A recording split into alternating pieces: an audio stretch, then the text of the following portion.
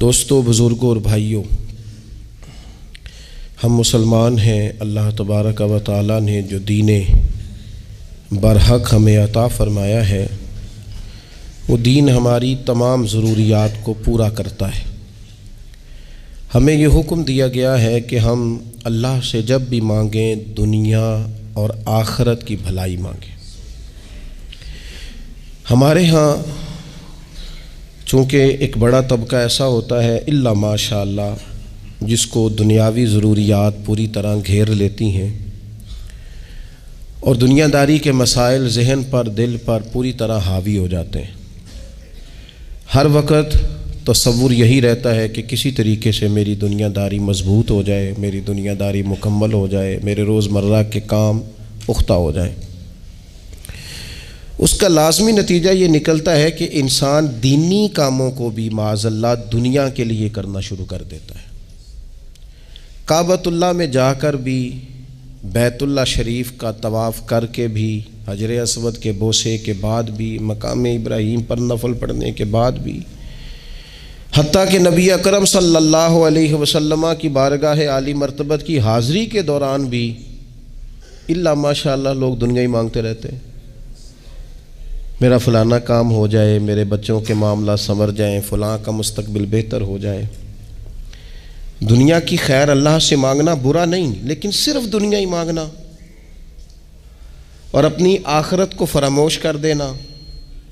اللہ فرماتے ہیں وَالْآخِرَةُ خَيْرٌ وَأَبْقَىٰ، آخرت تمہارے لیے بہتر بھی ہے اور ہمیشہ باقی رہنے والی بھی ہے۔ قرآن مجید نے سورہ بقرہ کے اندر قریش مکہ کی اس عادت کا ذکر کیا ہے۔ فرمایا جب وہ حج کرتے تو ان کا طریقہ یہ تھا کہ وَمِنَ النَّاسِ مَن يَقُولُ رَبَّنَا آتِنَا فِي الدُّنْيَا، ان میں سے کچھ لوگ یہ کہا کرتے تھے کہ یا اللہ ہمیں دنیا عطا کر دے، ہمیں دنیا دے دے۔ رب فرماتا ہے وَمَا لَهُ فِي الْآخِرَةِ مِنْ خَلَاقٍ، ان لوگوں کا آخرت میں کوئی حصہ نہیں۔ مانگی بھی ہے تو صرف دنیا، حج کر کے بھی دنیا، اللہ کے گھر جا کے بھی دنیا، شیخ کا بیعت ہو کے بھی دنیا، دینی محفل سے مراد بھی یہ، دینی اجتماعات کر کے بھی، دینی مدارس قائم کر کے بھی، خانقاہ کا مسجد کا ماحول بنا کے بھی، اس سے بھی مطالبہ فقط دنیا کا۔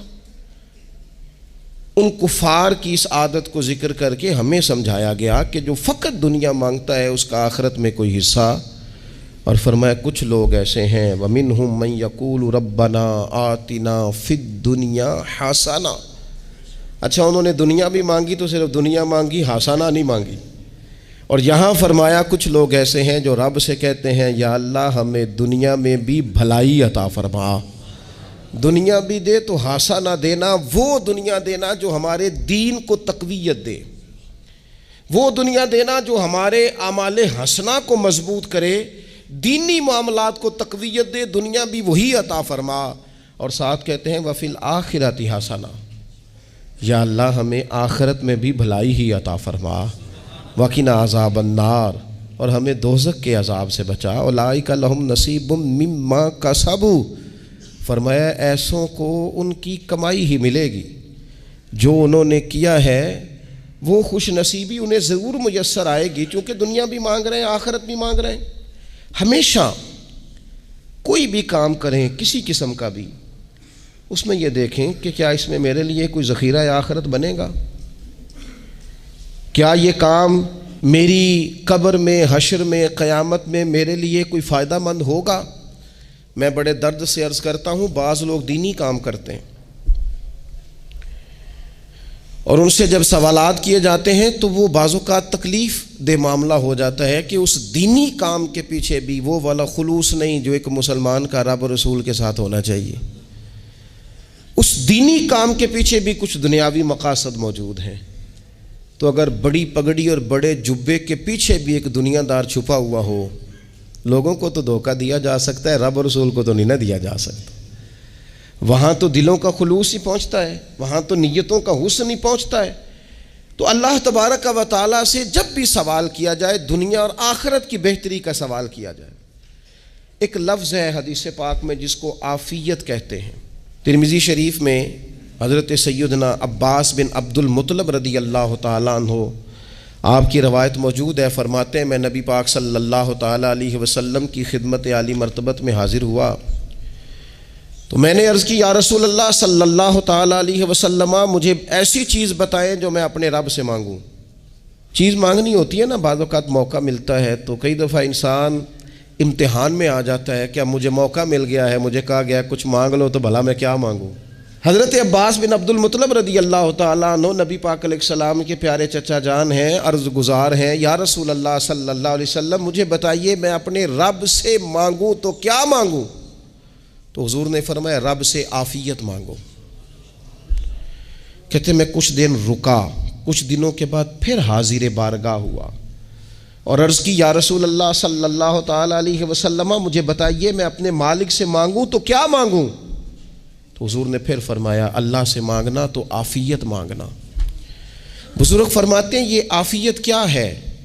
عافیت یہ ہے کہ یا اللہ ظاہری پریشانیاں، باطنی پریشانیاں، اے اللہ ظاہر کے میل کچیل بھی دور ہو جائیں، باطن کے بھی دور ہو جائیں، اے اللہ ہر معاملے میں، ہر آزمائش میں، ہر دکھ میں ہمیں تیری پناہ نصیب ہو جائے، یہ عافیت ہے۔ اور صوفیہ کرام فرماتے ہیں عافیت سے بڑی نعمت کوئی نہیں اگر کسی کو میسر آئے تو، عافیت سے بڑا حسن کوئی نہیں اگر کسی شخص کو یہ نصیب ہو جائے۔ اور ایک اللہ والے نے تو ایک اور بڑا خوبصورت ترجمہ یہاں کیا ہے، وہ کہتے ہیں عافیت کا مطلب ہے دل کا قرار، عافیت کا مطلب ہے باطن کا سکون، عافیت کا مطلب ہے انسان کے مزاج کا حوصلہ، ٹھنڈک، بردباری۔ جس بندے کو عافیت نصیب ہو جاتی ہے گویا اللہ اسے سکون کی دولت عطا فرما دیتا ہے، تھوڑے پیسوں میں بھی سکون، بغیر شہرت کے بھی سکون، کوئی بات مان لے تب بھی سکون، کوئی دھتکار دے پھر بھی سکون، لوگوں کی گڈ بک میں ہو پھر بھی سکون، اور اگر لوگ سارے مخالفت میں آ جائیں تو چونکہ اللہ نے عافیت دی ہے پھر بھی سکون۔ اللہ تعالیٰ نے ان لوگوں کو قرار کی دولت، اللہ سے عافیت مانگی جائے، اس میں دنیا کی بھی بھلائی شامل ہے، آخرت کی بھی بھلائی شامل۔ نبی اکرم صلی اللہ تعالیٰ علیہ وسلم توجہ دلاتے کہ اللہ سے تم عافیت مانگو۔ ہمارا نا جی،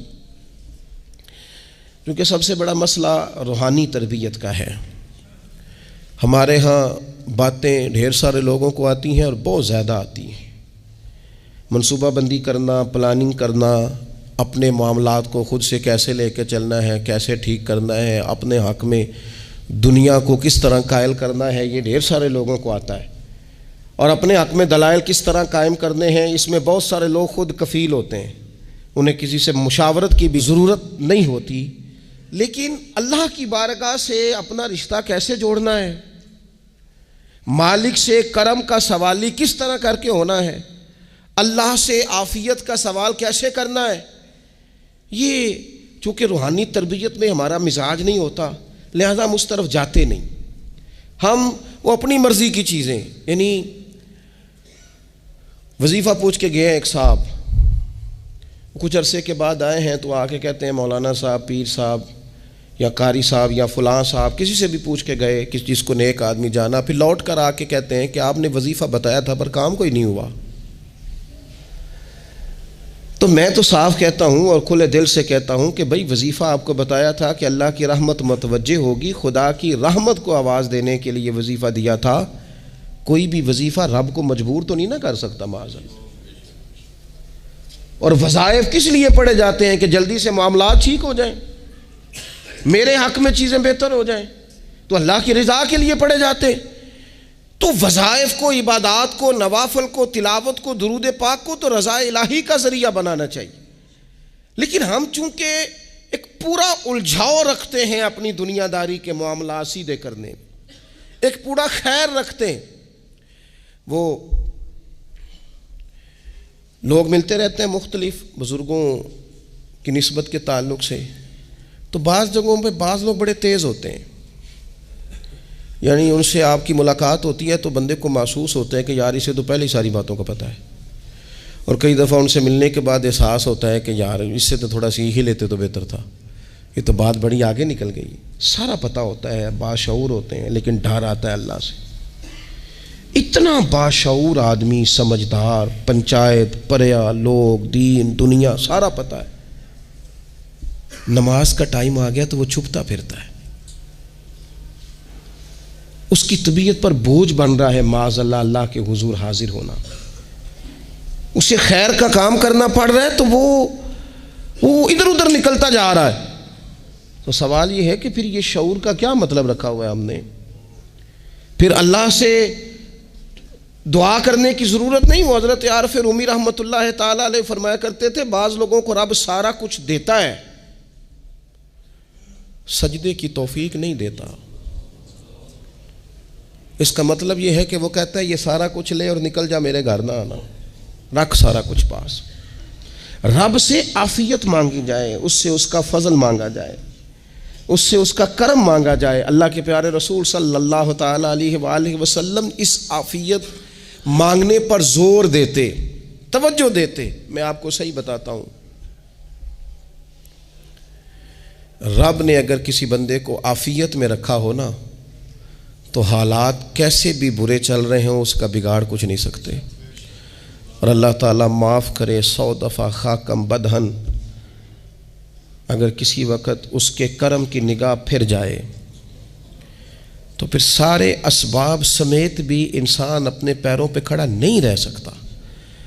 اس سے جب تک طلب کرم نہیں ہوتا، طلب عافیت نہیں ہوتی، اس کی بارگاہ سے جب تک بندہ مومن پورا رجوع نہیں کرتا، یہ عافیت اتنی اعلیٰ چیز ہے کہ نبی پاک علیہ السلام نے فرمایا اذان اور اقامت کے درمیان جو وقت ہوتا ہے اس میں دعائیں رد نہیں ہوتی۔ دعا مانگا کرو گے تمہاری اللہ اپنے فضل سے قبول کر لے گا۔ عرض کی یا رسول اللہ کیا مانگے؟ تو فرمایا عافیت مانگو رب سے۔ حضرت انس بن مالک حدیث کے راوی ہیں رضی اللہ تعالیٰ عنہ، یہاں بھی فرمایا یہ عین قبولیت کا ٹائم ہے، اب اللہ سے عافیت مانگ لو، اس کی پناہ۔ ہم دعاؤں میں بھی محدود ہو جاتے ہیں۔ رب دا طالب کوئی نہ ملیا، جو ملیا طالب زردہ ہو، دعاؤں میں بھی حد بندی۔ بعض اوقات بچے بھی تربیت کرتے ہیں نا، ایک مولانا ہے ان کا خیال ہے کہ انہوں نے مجھ سے کچھ پڑھا ہے تو کبھی کبھی استاد جی کہہ دیتے ہیں، بہت پرانی بات ہے، انہوں نے مجھے فون کیا کہ اگر آپ کبھی تشریف لائیں، تو میں نے کہا پتر دعا مانگ اللہ کو چھوٹی جی گڈی دے وے۔ تو اس بچے نے میری بڑی تربیت کی، کہنے لگا استاد جی اللہ کو لو منگنی جے تے وڈی ساری منگو، آپ نے محدود کیوں کیا کہ بھئی یہ چھوٹی سی اللہ گاڑی کیوں اللہ چھوٹی دے، رب دے تو بڑی دے اور رحمت سے دے، اللہ سے مانگنی ہے نا جی۔ ہم تربیت نہیں لیتے۔ میں نے اس کا شکریہ ادا کیا، میں نے کہا بیٹے تو نے بڑی سونی بات کی، اللہ تجھے اس کا اجر عطا کرے، اللہ تجھے برکات عطا کرے۔ اگر آپ نے سیکھنا ہے تو پھر آپ سیکھ لیں گے، اور اگر نہیں سیکھنا تو پھر یہی کہنا ہے ساری عمر لنگی بندہ کو نہیں ملیا، چونکہ مزاج نہیں ہے نا سیکھنے کا، اس لیے پھر ملا ہی کوئی نہیں، پھر ساری زندگی کو میسر ہی نہیں آیا، کسی نے نصیحت ہی نہیں کی، کوئی آنکھوں کو بھایا ہی نہیں، خود ہی بڑے سیانے تھے، خود ہی بہت بڑے تھے، اپنا قد ہی بڑا اونچا تھا، سب ٹھگنے چھوٹے اور کمزور اور بونے نظر آئے۔ عزیز بھائی، جب عافیت، ایک بزرگ تھے ہر وقت اللہ سے عافیت مانگتے تھے، ہر وقت اللہ سے عافیت مانگتے تھے، ہر وقت عافیت مانگتے تھے۔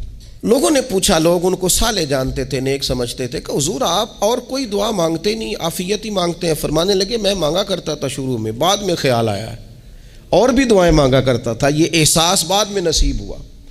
فرماتے میں مزدوری کرتا تھا، مال برداری کرتا تھا، ایک جگہ پہ ڈیوٹی کر رہا تھا تو تھک گیا، اور وہ جو کام لینے والے لوگ تھے ان کا رویہ بھی بڑا ترش تھا، تکلیف ہوئی، تو میں نے اپنے مالک کی بارگاہ میں عرض کی مالک اگر 2 روٹی بغیر مجھے مشقت کے مل جائے دن میں تو تیری بارگاہ تو بڑی کریم ہے۔ کہتے ہیں میں نے یہ دعا مانگ لی، ذرا میں تھوڑا آگے بڑھا تو 2 بندے آپس میں لڑ رہے تھے، میں ان کی صلح کرانے کے لیے، انہیں بچانے کے لیے آگے بڑھا، تو میں جس کو چھڑا رہا تھا دوسرے نے میرے اوپر ضرب لگا دی، میرا بھی سر پھٹ گیا۔ تھوڑی دیر کے بعد وہاں پولیس آ گئی، وہ تینوں کو لڑنے والا سمجھ کے اٹھا کے لے گئے، مجھے جیل ہو گئی۔ 2 روٹیاں بغیر مشقت کے روز ملنی شروع ہو گئی۔ دعا مانگی تھی نا کہ یا اللہ 2 روٹیاں مل جائے نا بغیر مشقت کے، کہتے ہیں وہ 2 روٹیاں روز ملتی، کوئی کام نہیں کرنا پڑتا تھا، پر جیل ہو گئی۔ فرماتے ہیں میں بڑا پریشان تھا، روز روٹیاں پابندی سے آتی اور بہترین آتی، کھانا ملتا۔ پھر کچھ عرصے کے بعد میں نے سوچا کہ یار یہ دعا تو قبول ہو گئی نا تیری، اب تو اگر اس پر کوئی الگ بات کرے گا تو وہ تو غلط کرے گا۔ کہتے پھر خود ہی میرے دل میں اللہ نے بات ڈالی اور میں نے عرض کی مالک 2 روٹیاں نہیں، مجھے تو عافیت چاہیے، مجھے تو عافیت دے، میرے اوپر تو کرم فرما، تو نظر رحمت کر، جے ایک قطرہ بخشے مینوں، جے ایک قطرہ بخشے مینوں تے کام بن جاندا ہی میرا، مہربانی کر، عافیت عطا کر۔ فرماتے پھر خدا نے کرم کیا، کہاں سے اسباب بنے میرے جیل سے چھوٹنے کے، کون کون میرے ضمانتی بنے اللہ ہی جانتا ہے۔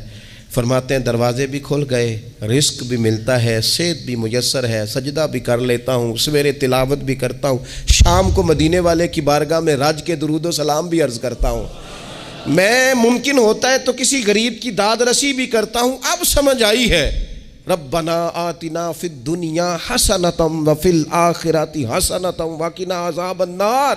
اب سمجھ آئی ہے رب سے جب بھی مانگنا ہے عافیت ہی مانگنی ہے، اس سے کرم مانگ۔ ہم نے محدود دعائیں رکھی ہوئی ہیں، محدود، وہ جی فلانا کام میرا ہو جائے تو بھئی وہ ایک ہو گیا، اس کے بعد پھر نئی ٹینشن بن جائے گی، نہیں میں جی بچوں کی شادی کر لوں جی پھر میں فارغ ہوں۔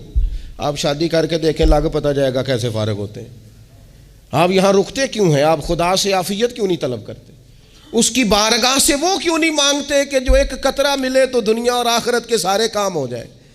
اس سے اس کی رحمت کا سوال کرے، اس سے اس کے کرم کا سوال کرے۔ اللہ کی بارگاہ میں بھی حاضر ہونا اور جچی تلی اور جناب ناپ تول کر اور محدود چیزوں کا سوال کرنا، مالک سے مانگیں، اور وہ جب دیتا ہے تو دیتا بھی بے حساب ہی ہے، وہ جب عطا کرتا ہے تو کرم کے دروازے کھول کے عطا کرتا ہے، ورنہ تو ایک الجھن سے انسان نکلتا ہے دوسری میں الجھ جاتا ہے، ایک گتھی کو سلجھاتا ہے پھر۔ اقبال رو پڑے تھے، کہنے لگے میں عقل کی گتھیاں سلجھا چکا ہوں، یا رب مجھے صاحب جنوں کر دے۔ اللہ یہ بڑا میں نے ہیر پھیر دیکھ لیا، مجھے دیوانہ بنا، اب مجھے جنون ہو، اب میں کسی کے لیے رویا کروں، اب میں کسی کی یاد میں تڑپا کروں، اب میں رات کسی کے لیے میری آنکھیں بیدار رہیں۔ یہ بڑی ہو گئی دنیا داری، عقل کی گتھی حالانکہ نہیں سلجھتی، پر اقبال کہتے ہیں عقل کی گتھیاں سلجھا چکا ہوں، یا رب مجھے صاحب جنوں کر دے۔ اور پھر کہنے لگے بجھی عشق کی آگ اندھیر ہے، اب یہ مسلمان نہیں، یہ خاک کا ڈھیر ہے، تو مٹی بن کے رہ گیا۔ کیا کہاں اپنی ساری توجہات کا قبلہ کس چیز کو؟ میرے عزیزو اللہ سے عافیت۔ نبی پاک علیہ الصلوۃ والسلام نے ایک شخص سے پوچھا کیا دعا مانگ رہے ہو؟ تو اس نے کہا یا رسول اللہ میں اللہ کی بارگاہ میں صبر کا سوال کر رہا ہوں۔ تو حضور فرمانے لگے صبر تو مصیبت پر ہوتا ہے۔ یا رسول اللہ پھر کیا مانگوں؟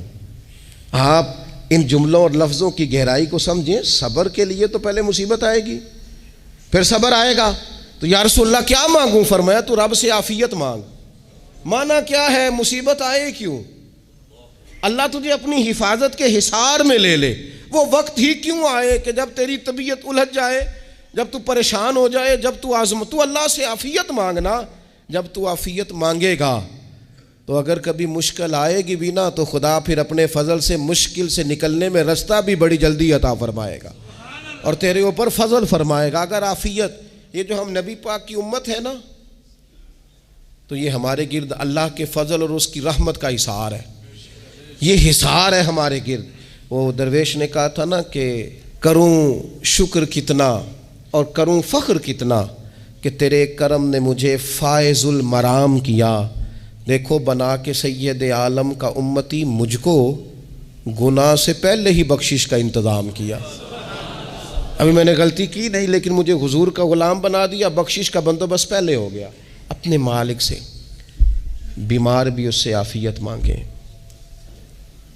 مقروض بھی اس سے عافیت مانگیں، بے اولاد بھی اس سے عافیت ہی مانگیں، صاحب اولاد بھی اس سے عافیت ہی مانگیں، جو دولت کے حصول کے رزق حلال کے خواہش مند ہیں وہ بھی اس سے عافیت مانگیں، اور جن کی جھولی اس نے بھر دی ہے وہ بھی اپنے رب سے عافیت ہی مانگیں۔ مالک سے جب سوال کریں، ایک بزرگ تھے انہوں نے تو اپنی انگوٹھی میں لکھوا لیا تھا کہ یا اللہ مجھے عافیت عطا فرما، مگر جب بھی دیکھتا ہوں یاد آ جاتا ہے کہ اللہ سے عافیت مانگنی۔ اپنے مالک کی بارگاہ کے اندر دیکھو، میں نے دیکھا ہے وہ کسی نے کہا تھا کہ تیری خواہش ہے کہ وہ تیری آرزو کرے پوری، اور میری خواہش ہے کہ تیری آرزو بدل جائے۔ کچھ لوگ ایسی خواہشات بھی لے کے آتے ہیں کہ جو پوری نہ ہو تو بہتر ہوتا ہے، اس لیے آپ کو پتہ ہے موت مانگنا جائز نہیں دین میں.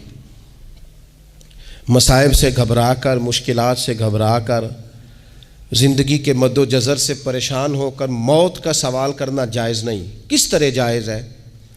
ان لفظوں کے ساتھ دعا کر سکتا ہے کہ یا اللہ جب تک میری زندگی بہتر ہے مجھے زندہ رکھ، اور جب میرا دنیا سے جانا بہتر ہے پھر تو مجھے اپنی بارگاہ میں بلا لے.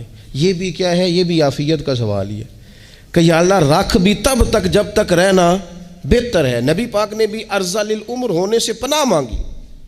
ہمارا یہ مزاج بن گیا ہے کہ ہم اپنے حق میں ایسی چیزوں کا سوال کر رہے ہوتے ہیں جو کئی دفعہ ہمیں مل جائیں تو ہمارا نقصان کریں. قرآن حکیم ایک جگہ پہ اللہ کریم نے فرمایا ہے کہ اگر سب لوگوں کو مال دے دوں تو بغاوت کریں، فساد ہو جائے. کیا معنی کہ اپنا نقصان کر بیٹھے لوگ. ہم اپنے مالک کی بارگاہ میں بعض ایسی چیزوں کے سوالی ہیں کہ جو ہمارے لیے ٹھیک نہیں ہے، ہمیں اس کے کرم پر چھوڑنا ہے، اس سے عافیت مانگنی. اور بعض لوگ، کیونکہ میں کہہ چکا ہوں شروع میں کہ ہماری دینی روحانی تربیت نہیں ہوتی اور ہم کہیں سے باقاعدہ اسباق لینے کے قائل ہی نہیں ہوتے، پوری تربیت کا ہمارا مزاج نہیں ہوتا، اپنی عقل اور اپنا شعور اور اپنے حساب سے ہم زندگی کو بتانا چاہتے ہیں. اور یہ جو میرا دور ہے یہ ویسے ہی الجھا ہوا زمانہ ہے، اللہ ماشاء اللہ، پتہ نہیں کوئی کیا بول رہا ہے، کوئی کیا کہہ رہا ہے، ایسے ہے جیسے کوئی میلہ لگا ہوا ہے اور کان پڑی آواز سنائی نہیں دے رہی. جس کی دکان پر کوئی گاہک نہیں وہ بھی کہہ رہا ہے لائنیں بنا لو. ایسا الجھا ماحول ہے اور ایسی آزمائش ہے کہ لوگ بیچارے پریشان ہیں. دیکھیں جب تربیت کے ساتھ انسان آگے بڑھتا ہے نا، ہمارے پاس مقتدا ہے اللہ رسول کا کلام، ہمارا پیشوا ہے رب رسول کا فرمان. جب ہم کتاب و سنت کی روشنی میں آگے بڑھتے ہیں تو پھر ہمارے لیے منزل آسان بھی ہوتی ہے اور قریب بھی ہوتی. پھر ہمارے لیے آگے کی طرف سفر کرنا، آگے بڑھ جانا یہ آسان ہوتا ہے. آپ غور کریں جو لوگ دنیا میں کامیاب رہے، بھلا کس طرح کامیاب رہے؟ وہ اس طرح کامیاب رہے کہ انہوں نے نا اپنے رب سے عافیت مانگی. اللہ تعالیٰ نے خود بخود ان کے لیے رستے بنائے. آپ تاریخ پڑھیں گے بعض لوگوں کی تو لگ نہیں رہا تھا کہ وہ اتنی کامیابی حاصل کریں گے. دیکھ لیں آپ حضرت غوث اعظم جیلانی رضی اللہ تعالیٰ عنہ بغداد شریف تشریف لاتے ہیں تو ان کی کیفیت یہ ہے کہ پتے کھا کے گزارا کرنا پڑتا ہے. یعنی پیچھے کوئی ایسا بیک گراؤنڈ کسی کا بنایا ہوا ادارہ، کوئی بڑی خانقاہ، کوئی بڑے لمبے چوڑے والد صاحب کے مریدین، کوئی بڑا لمبا سلسلہ نہیں مل رہا. ان کو بظاہر پتے کھا کے گزارا کرنا پڑتا ہے، لیکن چونکہ وہ نکلے ہیں اللہ کی مدد کے ساتھ، انہیں اللہ نے تائید دی ہے، فضل فرمایا ہے، تو نتیجہ یہ نکلا ہے کہ 70 ہزار بندہ ایک ایک وقت میں تربیت لینے کے لیے ان کے سامنے موجود ہے. یہ اللہ نے اسباب بنائے ہیں، کیونکہ جب رب عافیت عطا کرتا ہے تو پھر اللہ اسباب بھی پیدا فرماتا ہے. ہمارا ذہن تو تھک جاتا ہے سیاست کرتے کرتے. ہم تو جناب پوری ترتیب سے ہمیں سلیقہ آتا ہے کس طرح کر کے کس بندے کو کیسے قائل کرنا ہے. پورے طور پر ہم وہ ساری زندگی سیاست کرتے رہتے ہیں. وہ خاندانوں میں بھی چلتی ہے، گلی محلے میں بھی چلتی ہے، دوستوں میں بھی چلتی ہے، اور بعد میں پتہ چلتا ہے کہ یہ پتے کھیل کون رہا تھا. اصل میں صلح کرانے والا تھا کہ لڑائی کرانے والا تھا. یہ سب کا خیر خواہ تھا یا سب کی ذہن کے اندر فطور کی آمیزش ہی اس شخص کی وجہ سے تھی. ہم چونکہ وہ خاص عافیت اللہ سے نہیں مانگتے، ہماری مخصوص سیاست ہوتی ہے سبھی کو راضی رکھو. اس کا نتیجہ یہ نکلتا ہے کہ ایک ٹائم آتا ہے کوئی بھی راضی نہیں رہتا. ہم اگر اپنے مالک کی طرف رجحان کریں اور اللہ نے جو ہمیں شعور دیا ہے اس شعور کو لے کر اللہ کی بارگاہ کی طرف بڑھیں. آپ یقین کریں اعلیٰ حضرت بریلوی رحمۃ اللہ علیہ کی کتابیں ہیں، ایک ایک کتاب پر پی ایچ ڈی ہو رہی ہے، اور انہوں نے 150 سال پہلے بیٹھ کر جو کچھ لکھا تھا بئی نہیں لفظ بلفظ اس کی ضرورت آج محسوس ہو رہی ہے اور آنے والے وقت میں بڑھ رہی ہے. لیکن ان کے پاس کوئی ٹیم نہیں تھی، 50 لوگ نہیں تھے جو ان کے پاس بیٹھ کے لکھواتے، اپنا پریس نہیں تھا، ایسے لوگ نہیں تھے کہ جن کو پتہ ہوتا کہ کتاب ہم کل چھاپیں گے اور اتنے فیصد یہ مارکیٹ میں نکل بھی جائے گی. ایسا کچھ نہیں تھا. کیا تھا؟ اللہ کی مدد ساتھ تھی، تائید ایزوی ساتھ تھی، اللہ نے اپنی عافیت میں رکھا تھا. وہ قرآن مجید کی آیت کا ترجمہ کرتے ہیں نا اعلیٰ حضرت اہدنا الصراط المستقیم، یا اللہ ہمیں سیدھی راہ پہ چلا. بہت سارے مفسرین نے کہا اے اللہ ہمیں سیدھا راستہ دکھا، فرماتے ہیں اے اللہ ہمیں سیدھی راہ پر چلا۔ تو کسی نے کہا حضور یہ چلا اور دکھا میں کیا فرق ہے؟ فرمانے لگے دکھانے کا مطلب یہ ہوتا ہے کہ کسی نے پوچھا میں نے گجرانوالہ جانا ہے، تو دکھانا یہ ہے کہ اسے کہا یہاں سے باہر نکلو، روڈ پہ چڑھ جاؤ، سیدھے جاؤ گے، ایک پول آئے گا اسے کراس کرنا، نیچے اترنا، وہاں سے شہر شروع ہو جائے گا۔ پھر اس نے اگر کوئی اندرونی جگہ شہر کی پوچھ لی تو اس کو کہا کہ رائٹ ہو جانا، پھر لیفٹ ہو جانا، پھر آگے کسی سے مزید۔ یہ ہے راستہ دکھانا، اور ایک ہے چلانا۔ اس نے کہا میں نے گجرانوالہ جانا ہے، تو اس نے کہا ساتھ بیٹھنا میری گاڑی پہ، جہاں تو نے جانا ہے میں چھوڑ کے آتا ہوں۔ یہ راستے پہ چلانا ہے، یہ مقام تفکر ہے، آپ اس پر غور فرمائیں گے۔ کہتے ہیں یا اللہ تو ہمیں راستہ دکھائے گا اور دکھاتا ہے، لیکن چاروں جانب شیطان بھی تو بیٹھا ہے نا، فتنے بھی تو ہے نا، تو اگر تیری رحمت ساتھ رہے، مانا کہ محبت کے سفر میں ہر گام پہ 100 مشکل ہے، لیکن یہ سفر آسان بھی ہے اگر ساتھ تمہارا ہو جائے۔ اگر تو ساتھ چلے تو پھر یہ سفر مشکل ہے۔ وہ ہارون رشید نا اپنے محل کی چھت پہ ٹہل رہا تھا، سب سے اوپر والے چوارے پر، نیچے سے حضرت بہلول دانا گزر رہے تھے، اوپر اس کے ساتھ سپاہی بھی تھے، گن مین بھی تھے۔ اس نے کہا یہ بابا تو ذرا اوپر اٹھاؤ۔ انہوں نے ایک ڈولی، ایک ٹوکری سمجھ لیں، اس کو رسیاں باندھ کے نیچے پھینکا۔ نیچے جو سپاہی تھے ان کو کہا کہ یہ بابا جی کو پکڑ کے اس میں بٹھاؤ۔ انہوں نے جبرن تھاما بابا جی کو، اس میں ڈالا، اوپر والوں نے کھینچ لیا۔ 2-3 منٹ لگے۔ ہارون رشید کے سامنے حضرت بہلول دانا پہنچ گئے تو تھوڑے ناراض بھی ہوئے کہ یہ کوئی طریقہ تو نہیں نا بلانے کا۔ ملاقات ہوئی تو کہا کیوں بلایا؟ کہنے لگا ایک مسئلہ پوچھنا تھا۔ فرمانے لگے بادشاہ ہے نا، تیرے مسئلے پوچھنے کا بھی اپنا ہی انداز ہے، پوچھ مسئلہ۔ کہنے لگا بابا پوچھنا تھا کہ آپ اللہ تک کیسے پہنچے؟ حضرت بہلول دانا چپ کر گئے۔ 2-4 منٹ کے بعد کہنے لگے جس طرح ابھی زمین سے تیرے تک نہیں پہنچا، بالکل اسی طرح ہی پہنچ گیا ہوں رب کریم کی بارگاہ تک، اور وہ بھی جو اس نے کرم فرمایا ہے، ورنہ میں تو نہیں سمجھتا کہ میں پہنچ گیا ہوں، وہ بھی اگر تیری خوش گمانی ہے۔ تو ہارون رشید کہنے لگا مجھے سمجھ نہیں آئی۔ فرمانے لگے تو بادشاہ جو ہے اتنی جلدی کیسے سمجھ میں آئے گی تجھے بات؟ فرمانے لگے اگر میں تجھ سے ملنا چاہتا نا تو میں ایک درخواست لکھتا، پھر کسی وزیر سے سفارشی سائن کراتا، پھر وہ جمع کراتا، پھر مجھے ٹائم ملتا کہ فلاں دن فلاں تاریخ فلاں ٹائم آ جانا، پھر آ کے میں لائن میں لگتا۔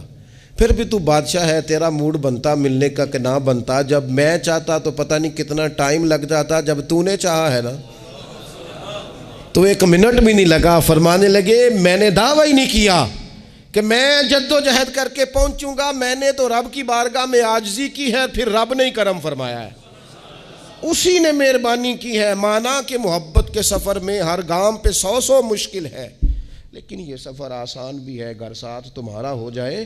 اس کے کرم کا ساتھ رہا ہے، اس سے عافیت مانگی ہے، اپنے آپ کو اس کے سپرد کیا ہے تو اس نے کرم کر دیا۔ جب تک یہ مزاج نہیں ہم بناتے کہ مالک سے عافیت کا سوال کریں، اپنے آپ کو اپنے رب کے حوالے کر دیں، اس کی رحمتوں کے سپرد کر دیں، اتنی دیر تک زندگی میں ٹھہراؤ نہیں آتا، قرار نہیں آتا۔ مشکات میں موجود ہے، اللہ کے پیارے رسول صلی اللہ تعالیٰ علیہ وسلم تیمارداری کے لیے گئے تو صحابہ کرام فرماتے ہیں وہ بندہ نا اتنا پتلا نحیف اور لاغر ہو گیا تھا جس طرح چڑیا کا بچہ ہوتا ہے، کمزوری ضعف طاری تھا۔ تو محبوب کریم نے اسے دیکھا تو بڑے کریمانہ انداز میں کریم فرمانے لگے تو کوئی دعا نہیں مانگتا، تو عافیت نہیں مانگتا اللہ سے؟ عرض کی یا رسول اللہ صلی اللہ تعالیٰ علیہ وسلم، میں نے اپنے رب کی بارگاہ میں عرض کی ہے مالک قیامت کا عذاب بڑا سخت ہے، میں نہیں برداشت کر سکتا، تو نے اگر مجھے کوئی سزا دینی ہے تو یہیں دے لے، قیامت کو نہ دینا۔ تو کہتے ہیں محبوب فرمانے لگے سبحان اللہ، او خدا کے بندے تو رب کی سزا دنیا میں بھی نہیں سہ سکتا، اللہ سے یہ بھی سوال نہ کر، تو رب سے کہہ ربنا آتنا فی الدنیا حسنۃ وفی الآخرۃ حسنۃ وقنا عذاب النار۔ تو رب سے دنیا میں بھی حسنہ مانگ، بھلائی مانگ، تو آخرت کے لیے بھی بھلائی مانگ، تو اس سے عافیت کا سوال کر۔ تو نے یہ سوال کیوں کیا؟ عرض کی یا رسول اللہ کرم ہو گیا ہے، مجھے سمجھ آ گئی ہے، اب میں اسی طرح ہی کروں گا۔ عزیز دوستو ہم کہاں سہ سکتے ہیں؟ ہم دنیا میں رب کی سزا ہم نہیں سہ سکتے، ہم کمزور ہیں، تو گرمی نہیں سہ سکتے، شدید سردی نہیں سہ سکتے، شدت کی بھوک لوگ نہیں سہ سکتے، کوئی آزمائش نہیں سہ سکتے۔ وہ جو لوگ بعض اوقات کہہ دیتے ہیں نا جی فلاں چیز ہمارے اعمال کا نتیجہ ہے، تو میں کیا کرتا ہوں، نہ کو یار ہم تو یہ بھی نہیں سہ سکتے، ہم کہاں برداشت کر سکتے ہیں، ہمیں تو وہ معاف ہی فرمائے، ہم حساب والے ہے ہی نہیں، ہم تو صرف معافی والے ہیں۔ ہم سے نہ حساب پوچھے، اس نے حساب پوچھا تو پھر تو بڑی مشکل ہو جائے گی، اگر اس نے حساب پوچھا تو بڑی رسوائی ہو جائے گی، اگر حساب پوچھا تو مشکلات سامنے دکھائی دینے لگ جائیں گی۔ ہم سے تو وہ درگزر والا معاملہ کرے، ہم سے تو وہ کہے جا میں نے محبوب کے صدقے تجھے معاف کیا، جا تیرے لیے رحمت اور بخشش والا فیصلہ کیا۔ وہ کوئی سبب اس کی رحمت کسی سبب کو دیکھ لے اور درگزر کر لے۔